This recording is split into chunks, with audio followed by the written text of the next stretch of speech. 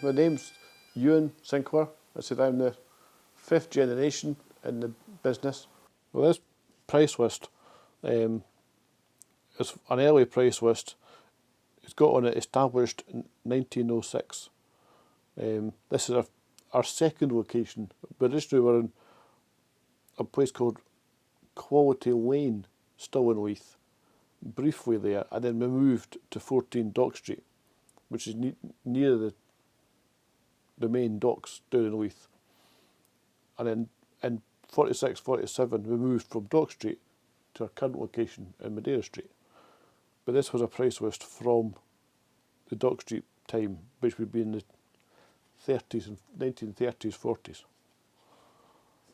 The sort of standard one there is nickel and ivory, £11. Whereas nowadays you're probably looking about, well, the ones I'm just selling out there are £2,000. A bit different. And they now start about £2,000 and upwards.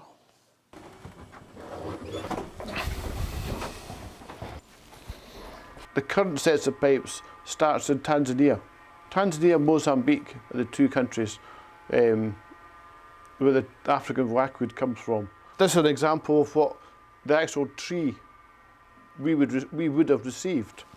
This is part of the logs that used to come in Grandad's time. Nowadays, because the sawmills are out in Tanzania, we now get the pieces done in cut billets, which come in ready-made.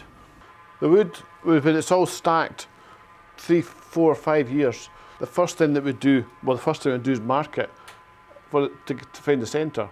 And then we take it from that stage, find the centre, and it goes into the first lathe, basically used for the first roughing, if you like.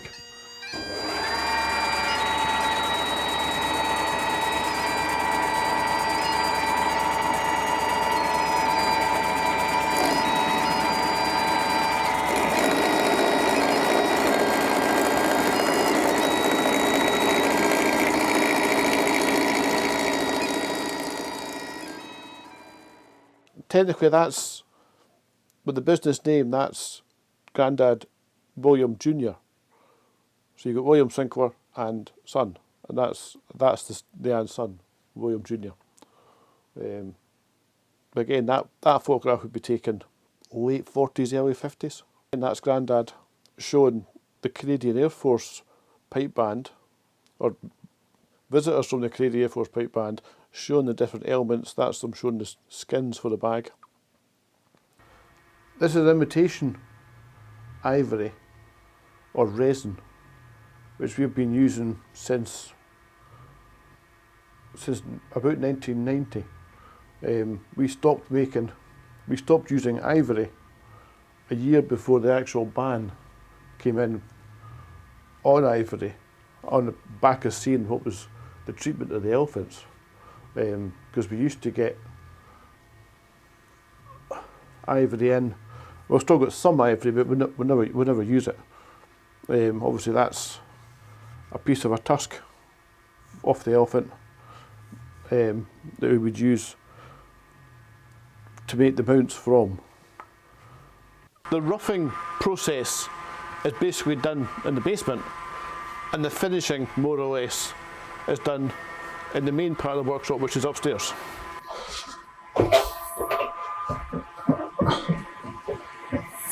After being roughed downstairs, as you've just seen, it comes up here into this machine to get the first bore put through it, which is what I'm about to do.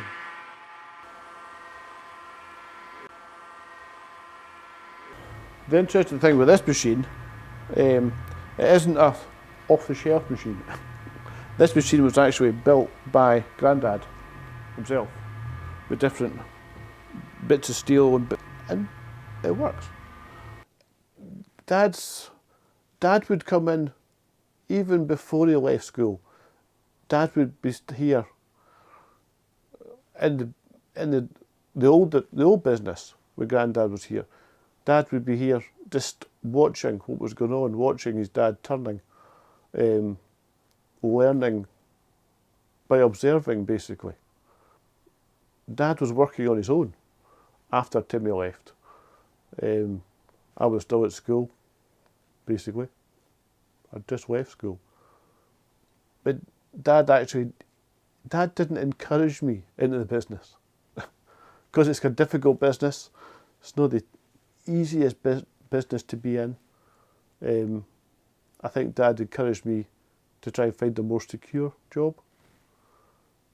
Interestingly, my interest was in technical drawing, as he was.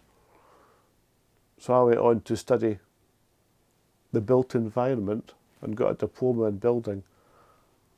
And I actually worked for 5-6 years as an architectural technician, just getting that one step closer to what he wanted to do.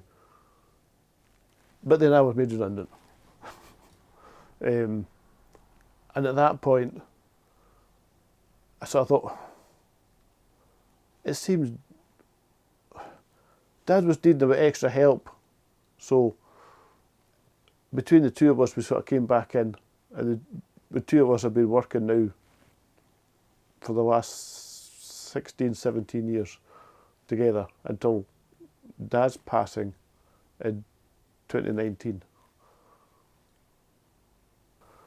And even Turners came in, Davy Third came in as an apprentice, and also a Tim Gellatly came in, and Grandad trained both of them in the bagpipe process.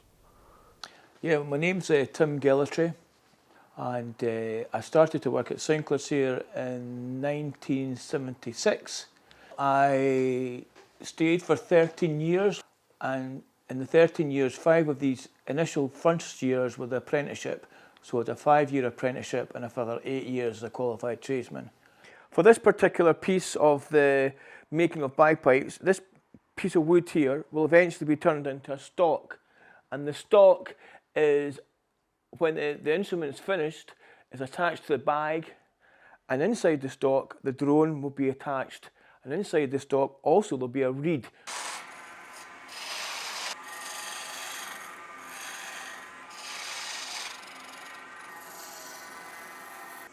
So that piece is now partly shaped. That's the shape of the stock. On this section here, eventually there'll be a furrow put on. It could be a different wood, or it could be imitation ivory or silver.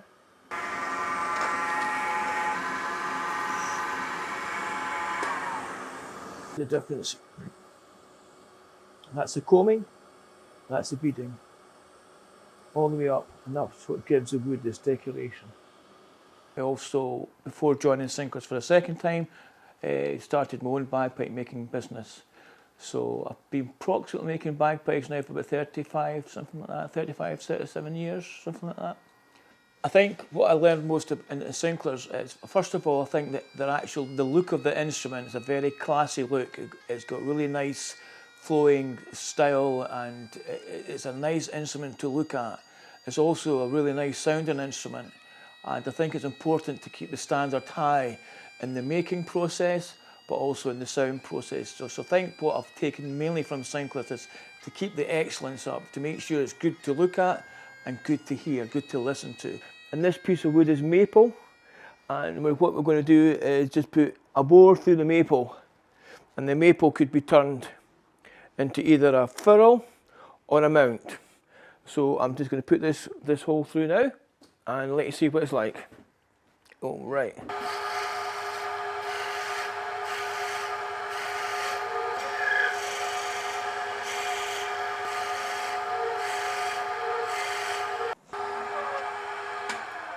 The basic pipe is the same. The difference is about it. This particular material there is what we term imitation ivory, and this would be Canadian maple. So if you wanted a set made of imitation ivory, obviously it would fit these ones on, and the Canadian maple for these. Apply some chalk. and just let that spin around in your hand, and then we apply a buff polish. So by far you get the best finish on this particular piece of wood.